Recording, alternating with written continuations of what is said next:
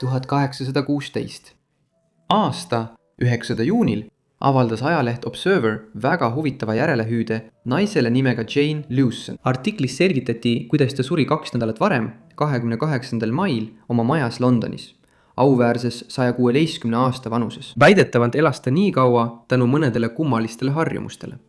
Millised need siis olid ja kas ta oli tõesti nii vana? Liitu minuga, kui uurime tema kummalist elulugu. Jane Lewson, keda tunti ka kui Jane Lewsonit, sündis väidetavalt aastal 1700 Essexi tänaval Londonis. Kuigi tema sünnitunnistust pole kunagi leitud, et seda kinnitada. See võib kohe tekitada kahtlusi tema sünni suhtes, kuid tuleb märkida, et vähesed 1700. aastate alguse ristimisdokumendid on täielikult säilinud. Väidetavalt sündis ta lugupeetud perekonda, seega olid tema vanemad tõenäoliselt haritlased või kaupmehed. Kuigi Jane'i varasest elust pole tegelikult midagi teada, võime eeldada, et tal oli oma sotsiaalsele klassile omane lapsepõlv. Tõenäoliselt kasvas ta üles suures majapidamises koos teenijatega ning elas suhteliselt mugavat elu. Jane'i haridus keskendus tõenäoliselt kodustele oskustele, nagu õmblemine, kokandus ja majapidamine. Samuti usulisele õpetusele. Talle oleks samuti olnud kohustuslik õppida tantsimist, muusika mängimist ja maalimist. Kui Jane jõudis abiellumise ikka, oodati, et ta abielluks hästi. Ja tundub, et ta ka abiellus hästi. Tundub, et naine neiupõlve nimega Jane Lewson abiellus 1726 aastal Londonis ühe härra Lewsoniga, kes oli Londoni kaupmees. Neil sündis hiljem tütar, pärast mida härra Lewson suri enneaegselt, jättes oma naise tütart üksi kasvatama. Seega viitab see abielukanne kindlasti sellele, et ta sündis 18. sajandi alguses. Lucieni elust vahetult pärast tema abikaasa surma ei ole palju teada. Olles jõukas lesk, öeldakse, et tal oli palju kosilasi, kuid ta ei abiellunud enam kunagi. Me ei tea ka, kuidas Lucien oma tütart kasvatas, kuid tõenäoliselt oli see sarnane tema enda kasvatusega, suuresti määratletud tulevase abikaasa ja ema rolliga. Aasa jooksul abiellus tema tütar ja kolis ära ning pärast seda muutus Jane 1780-ndatest alates järjest eksentriilisemaks tegelaseks, keda tema kõrge ea tõttu üha enam tähele pandi. Kogu Londonis ja hiljem Inglismaal tähistati teda tema pikaealisuse pärast ning inimesed hakkasid tema eluviisi vastu suurt huvi tundma. Kuid nagu näete, oli see hoopis teistsugune, kui keegi oleks osanud arvata. Lucien oli teadaolevalt veider inimene nii oma vanaduses kui ka kõrges eas. Esiteks oli ta eraplik inimene, kes peaaegu kunagi ei lahkunud oma majast ja lubas harva kedagi endale külla. See viitab sellele, et ta veetis mitu aastakümmet peaaegu ilma kontaktita ülejäänud maailmaga. Siiski oli mõned erandid, näiteks oli tal vana naisteenija, kes käis tema juures kodutöid tegemas. 1780. aastate lõpust kuni 1806 aastani. Kuid ka tema suri lõpuks ning Lucien palkas lühiajaliselt teisi selle rolli täitmiseks, kuid ükski neist ei sobinud talle. Peale 2 vana sülekoera ja kassi oli tema ainus kaaslane eakas mees, kes hooldas selles piirkonnas mitut kinnistut. Alguses aitas ta Lucenit erinevate toimetustega, kuid kuna ta osutus väga kasulikuks, võttis Lucien ta lõpuks enda juurde elama, kus ta töötas tema majavalitsejana, ülenteenrina, kokana ja majapidajana. Kahjuks tundub, et selleks ajaks polnud tal enam perega kontakti, sest tema lähimad sugulased olid juba ammu surnud. Lucieni maja kirjeldati kui suuremat elamut, mis oli kunagi olnud peenelt sisustatud Londoni kodu, kuid mis oli aastakümnete jooksul paratamatult alla käinud. Eksentriline liidi Lucien nõudis, et külalistubade voodid oleksid alati värskelt üles tehtud, kuigi keegi polnud seal aastaid maganud. See oli kontrastis tema majapidamisega. Mujal keeldus ta aknaid pesemast, kartes, et need võivad katki minna ja mikroobe sisse lasta. Ning aastakümnete möödudes kattusid need mustuse ja tolmuga, mis takistas loomulikul valgusel majja pääsemast.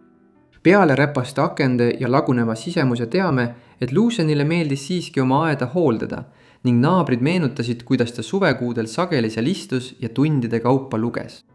Vahel külastas ta teisi ning oli teada, et ta rääkis kohaliku toidupoe pidajaga väljakul ja külastas 1 või 2 vana tuttavat. Kuid nagu oli vältimatu, elas Lucien üle kõik, keda ta noore ja keskealise naisena tundis, kaasa arvatud oma tütre.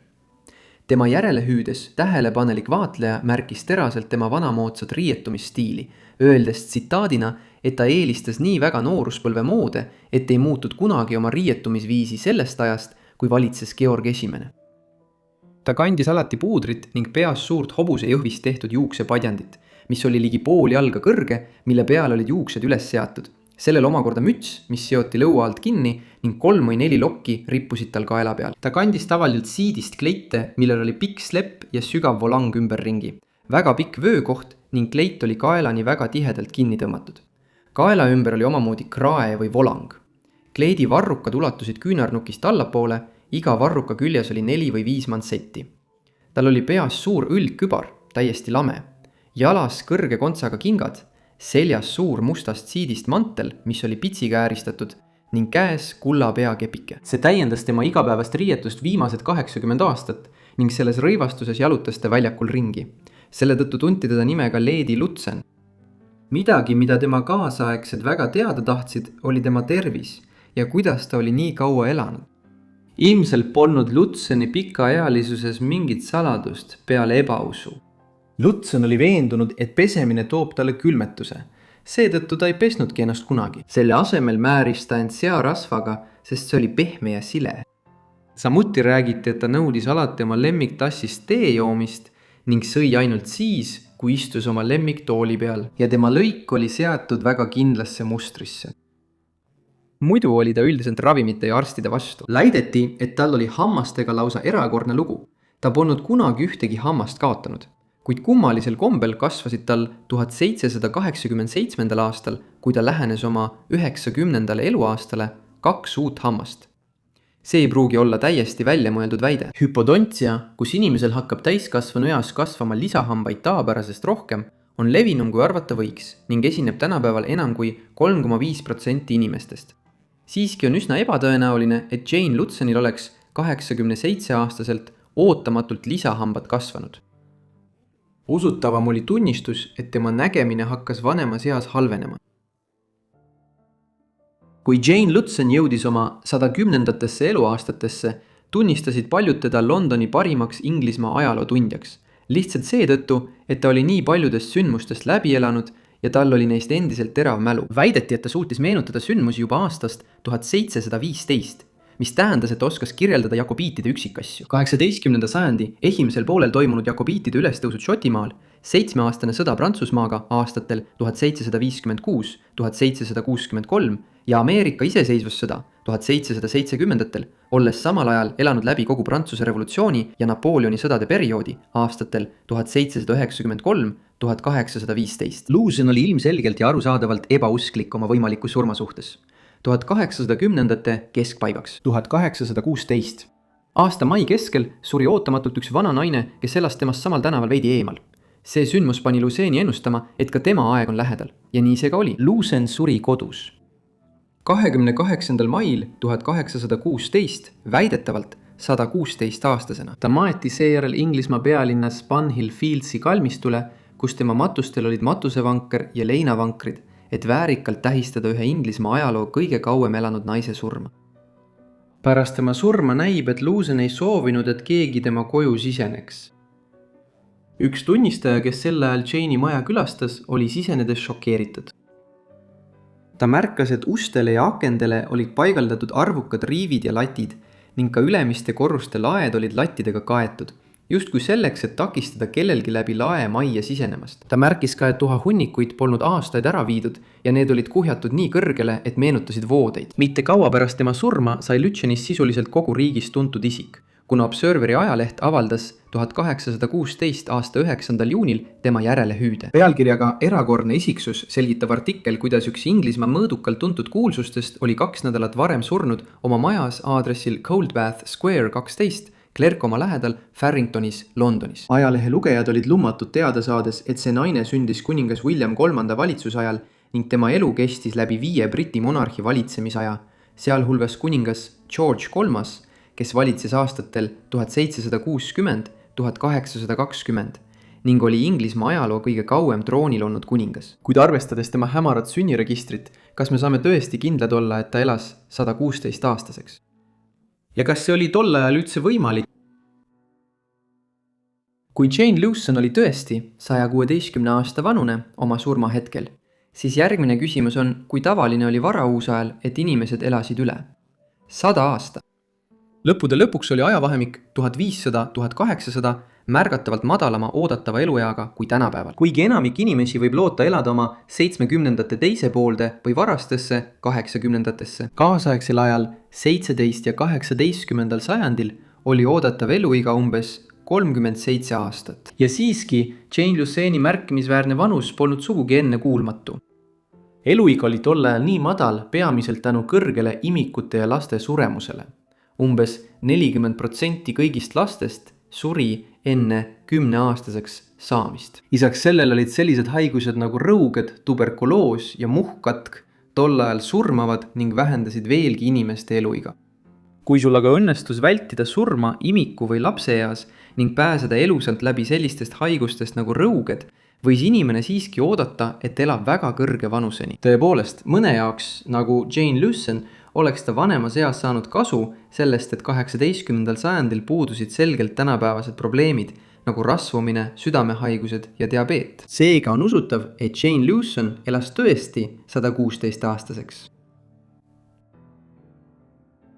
Siiski on hiljutine uurimine tema elu kohta avastanud vihjeid ja dokumente, mis viitavad sellele, et Jane Lucen oli palju noorem, kui me varem arvasime. Bunhill Fieldsi matmisregistri järgi oli Jane tegelikult 96-aastane, kui ta suri, mis tähendab, et ta sündis umbes aastal 1720. Samuti on registris tema perekonnanimi kirjutatud Lucen, L-U-S, mitte L-E-W, nagu teda tavaliselt tuntakse. Lisaks märgib 1751 aasta juuli abieluregister, et Jane Vaughan abiellus Robert Luceniga St. Mary Le Strandi Somerset House'i kabelis. Robert Lucen oli väga jõukas kaupmees ning paaril oli registri järgi 3 tütart ja 1 poeg. Seejärel 1769 aastal, peaaegu 20 aastat pärast nende abiellumist, suri Robert ja jättis oma pärandvara Blunston Halli oma vanimale tütrele Mariale, kuigi Jane eest hoolitseti. Peale nende oluliste üksikasjade näib, et ülejäänud tema lugu on sama, kuigi teatud tema iseloomujooni võidi liiandada.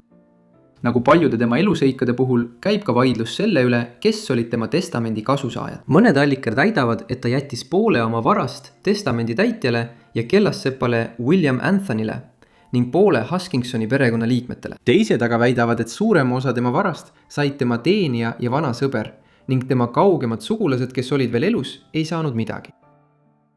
Paljud inimesed on tõenäoliselt kokku puutunud Jane Luceni loo osadega seda ise teadvustamata. Arvatakse, et tema oli inspiratsiooniks Charles Dickensile, kui ta lõi tegelaskuju Miss Havisham. Ühes oma kõige tunnustatumas romaanis Suured lootused, mis ilmus 1861 aastal, Havishami tegelaskuju on rikas vanatüdruk, kelle tulevane abikaasa jättis ta pulmapäeval maha.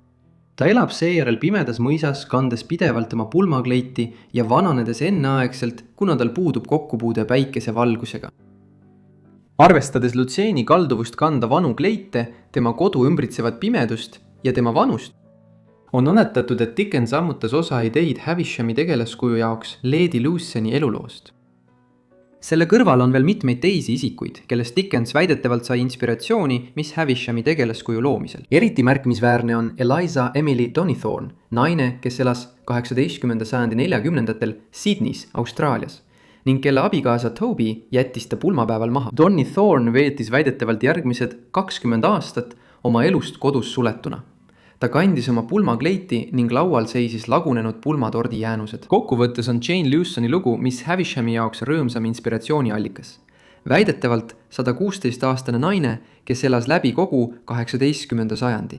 Suur tänu kõigile, et vaatasite seda videot Jane Luceni kohta. Loodan, et see oli huvitav. Andke mulle kommentaarides teada, mida arvasite tema elust ja kirjutage kommentaaridesse, kas arvate, et ta elas 116-aastaseks või oli ta vaid 96. Loodan, et olete minu kanalit tellinud ja teavitused sisse lülitanud, et saada kõik minu videod kohe, kui need üles laen. Igatahes see on kõik minu poolt, nii et kohtume järgmises unustatud elus. Aitäh!